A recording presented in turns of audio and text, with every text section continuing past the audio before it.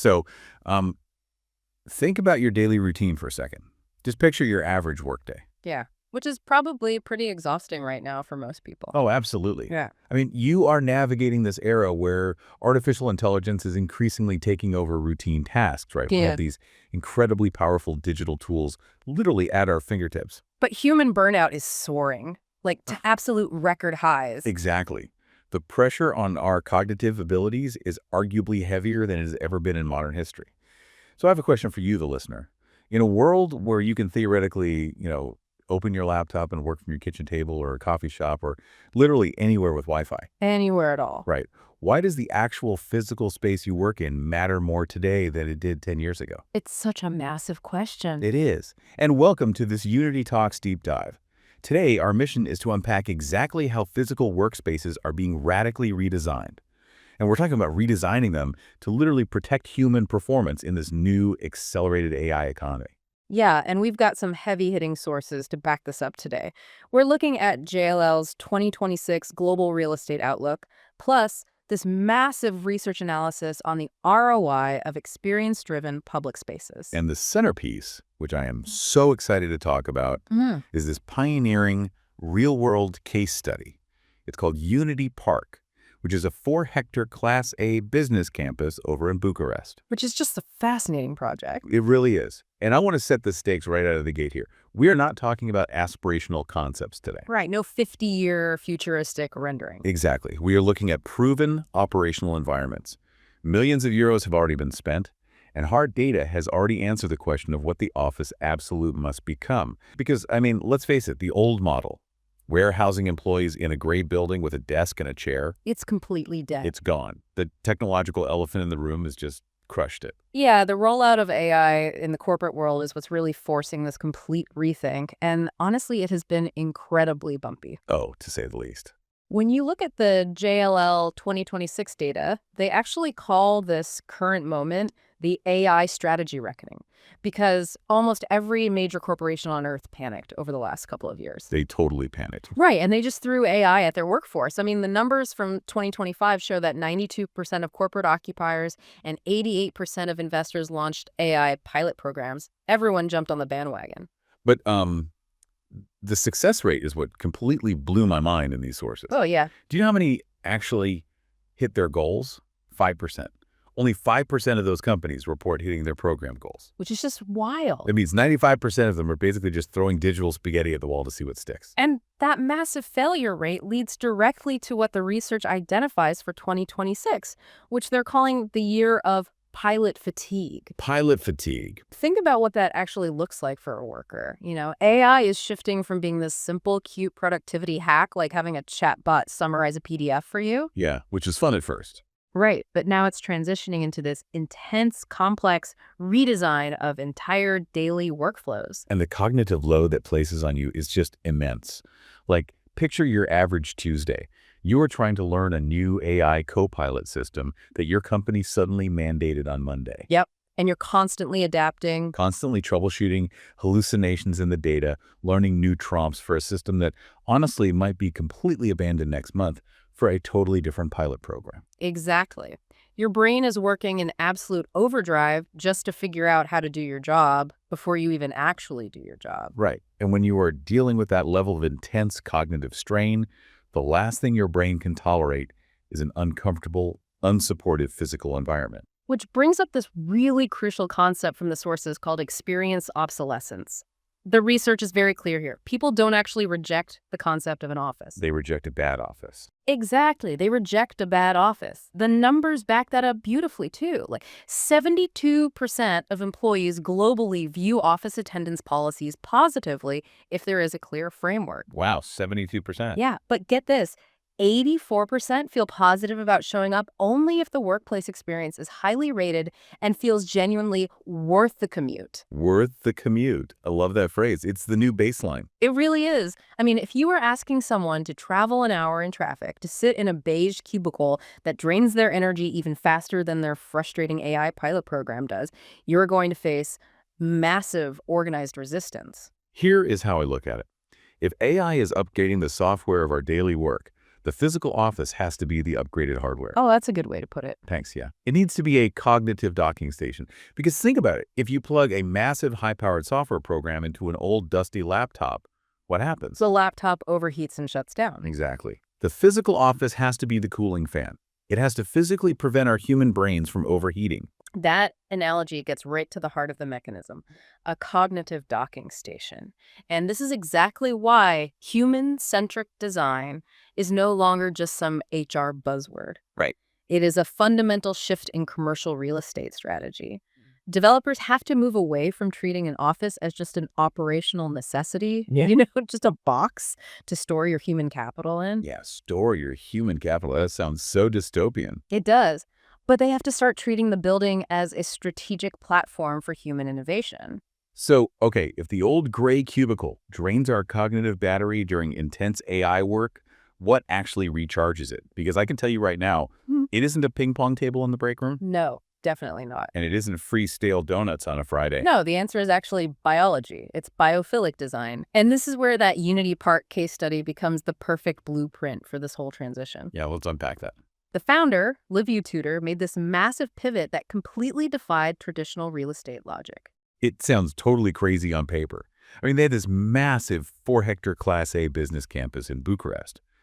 And right in the middle of it was a huge concrete parking platform. Right, a massive slab of concrete. And the standard conventional playbook for a developer would be to maximize the gross leasable area. You pour more concrete and you build 2 additional rent-generating office towers. But they didn't do that. Instead, Genesis Property invested over 30 million euros to transform that specific space into a massive experience-driven public realm. 30 million euros. Yeah. They intentionally walked away from building more standard office space to build what they call a nature layer. They literally built a forest over a parking lot. It's incredible. A 1,000 square meter urban forest that anchors 7,500 square meters of total greenery. The logistics of this are just wild to me. Oh, the logistics are insane. They had to bring in 2,550 tons of fertile soil. Wait, 2,550 tons? Yeah, just for the soil. And then planting 200 trees and over 4,000 shrubs. But we really need to emphasize the biological function of this, right? Because it isn't just decorative landscaping. It's not just some pretty grass to look at through a window while you type. Right. It's a functional ecosystem. Yeah. There's microhabitats for birds, pollinators, everything. Exactly. And it lowers summer temperatures, reduces chemical maintenance. JLL data even notes that 73% of people say more greenery near their workspace improves their well-being. But more importantly, let's talk about what this does to the human brain during work. Yes, the biological necessity part. I wanted to get into this. Yeah. What is the actual mechanism happening in your brain when you walk out of a stressful AI modeling session and step into this urban forest? Okay, so when you are staring at a spreadsheet or auditing a complex AI workflow, you are using something called directed attention. Directed attention, okay. And this requires an enormous amount of metabolic energy. You are physically forcing your brain to block out distractions and focus on abstract data. Which is exhausting. Extremely. Directed attention burns out very quickly, which is exactly why you feel that heavy brain fog sensation by like 2 p.m. Right, your cognitive battery is literally in the red. Exactly. But when you step into a biophilic environment, a space with natural fractal patterns, moving leaves, organic sounds, your brain switches to what's called soft fascination. Soft fascination. That sounds relaxing just saying it. It is. Soft fascination engages the parasympathetic nervous system. It physically lowers the cortisol levels in your bloodstream. Your brain doesn't have to work to process the shape of a tree the way it has to work to process a line of code. Right. So your directed attention reserves get to physically rebuild. That is the biological docking station at work. Okay, wait. I have to push back here for a second. Sure. Because a forest is great for a mental health walk. I love nature. Yeah. But if I have a massive data modeling sessions due in an hour, I'm not taking my laptop into the dirt, you know? There's glare on the screen. My battery's going to die. There's bugs. I mean, it sounds like a logistical nightmare for actual serious corporate work. It sounds like a vacation day, not a Tuesday at the office. And if it were just a traditional city park, you'd be absolutely right. It would be functionally useless for deep work. But that is the difference between landscaping and smart biophilia. Smart biophilia. Yeah, they essentially hid a high-tech, enterprise-grade office inside a forest.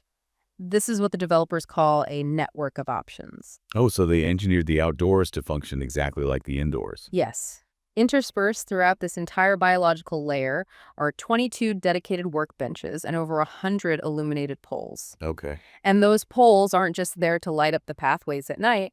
They project enterprise-grade campus-wide Wi-Fi, and they have power outlets seamlessly integrated right into them. Oh, wow. So I'm not sitting in the dirt swatting mosquitoes while my battery dies. Not at all. I'm sitting at a proper, ergonomically designed station under a natural canopy that provides actual shade, which lowers the ambient summer temperature with my tablet plugged into a disguised power grid. Precisely. You have the autonomy to match the physical setting to your specific cognitive need of the moment. I love that. Like if you need to do deep, uninterrupted coding, you stay at your indoor desk with your dual monitors. But if you need to review a document, you can sit out under that tree canopy. Right. If you need a quiet pocket for a sensitive phone call, the landscape is designed with these acoustic buffers. Or maybe you just survived a brutal 2-hour strategy meeting and you just need to physically walk along the 1,900 meters of pedestrian pathways to let your nervous system reset. Which loops us right back to AI pilot fatigue. Exactly. When your brain is constantly forced to adapt to new digital workflows, having these biological spaces isn't some luxury perk. It is a physiological requirement to maintain high-level cognitive output. It is. But building a 30 million euro brain spa brings up a pretty glaring contradiction. Oh, the money. Yeah. If you are a commercial real estate developer, your shareholders want financial returns, not bird habitats and cortisol reduction. Right, show me the money. If I'm a developer, I'm looking at this massive investment and thinking, how does this model actually scale without bankrupting me? Like, how do you justify the park over the rent-generating office towers? Well, the JLL research breaks down the hard ROI of this very clearly. First, there is a direct rental uplift. Okay. Offices located in what they define as lifestyle districts, places with outdoor pavilions, integrated green spaces, and vibrant human-centric neighborhoods, they attract a 32% rental premium compared to traditional sterile office spaces. Wait, a 32% premium? That is massive. It is huge. So companies are willingly paying a significantly higher rate just to be in these spaces. They are paying it because they know it's the only way to mitigate the risk of experience obsolescence. They have to offer an environment that is actually worth the commute, or their employees will simply walk. But the return on investment goes far beyond just the monthly rent. It's really about tenant retention. Look at Genesis Properties' track record at this specific campus. They boast over 20 years of uninterrupted tenant retention with world-class corporate occupiers. That level of loyalty in commercial real estate is almost unheard of. It really is rare. And it happens because the physical campus itself becomes a strategic tool for talent attraction. Like if you are a mid-sized company trying to hire top AI engineers, and your office is a bleak concrete box in a corporate park, you are going to lose that talent. Oh, every time. You'll lose them to the company that operates inside a biophilic campus. Which introduces another amazing operational concept from the sources, the democratized headquarters. Oh yeah, explain this one. So think about the classic Silicon Valley mega campus, Google or Apple, right? They can afford to build massive outdoor amphitheaters, private urban forests, and level 3 community hubs for their employees. Sure, they have billions, Mhm. but a mid-sized accounting firm or a regional tech startup simply does not have the capital to build a 30 million euro forest. Exactly. But in a multi-tenant campus model, like YUNITY Park, those world-class amenities are shared by all the tenants. Ah, okay. The outdoor amphitheater, for example, which serves employees by day and opens up for public concerts and markets by night, it becomes an extension of every single company's office footprint. It's basically the premium corporate gym membership model. That's a perfect way to put it. Right. Instead of buying a cheap, squeaky treadmill for your living room, you buy a membership to a facility that has millions of dollars of cutting-edge equipment. A smaller tenant moves into this campus and suddenly gains access to shared infrastructure they could never afford alone. Yep. Their employees get the exact same infrastructural backing as a global tech giant's employees. And in return, the landlord gets an incredibly sticky, loyal tenant base that never wants to leave. It completely shifts the power dynamic of the workplace. You wouldn't just tolerate going to the office, you would actually leverage it. Exactly. But building this massive biophilic human sanctuary brings up another really massive issue. We're talking about using AI to save human energy, but the data centers powering all that AI, they are absolutely devouring the global power grid. Yeah, they really are. So how does a campus sustain a literal high-tech forest without becoming a massive ecological and financial liability? Right, the transition from the human energy drain to the building's energy drain. This is where the stakes get really high because the JLL 2026 outlook makes it crystal clear that energy efficiency is no longer just a corporate social responsibility badge. No, it's not just for the brochure anymore. It's a matter of pure financial survival. The grid simply cannot keep up with the new economy. Global power demand from data centers rose 21% in 2025 alone. 21% in 1 year. In 1 year, and it is projected to double by 2030. In some areas near major data center hubs, we've seen electricity prices spike 267% in just a 5-year window. That is terrifying. And the sources note that energy costs now account for up to 26% of a property's total rental value. So, I mean, if I'm a developer looking at those grid prices spiking, I'm realizing my biggest liability isn't empty desks, it's the electric bill. Exactly. Buildings can no longer afford to be passive consumers of electricity. The implications are landing directly at the asset level. The physical building has to become an active energy resource. So how does Unity Park tackle this? Because they essentially turned the campus into a mini power plant. They really did. They installed over 1,000 rooftop photovoltaic panels across the buildings. And these solar panels generate between 650 and 680 megawatt hours per year. Which is huge. Yeah, that covers about 12% of the entire campus's annual electricity consumption. When you are running a sprawling 4-hectare campus filled with enterprise-grade tech, covering 12% of your power needs independently is a staggering amount of operational savings. Absolutely. It protects both the landlord and the tenants from sudden grid price shocks. But it's not just about electricity, it's about resource management across the entire biological layer, too.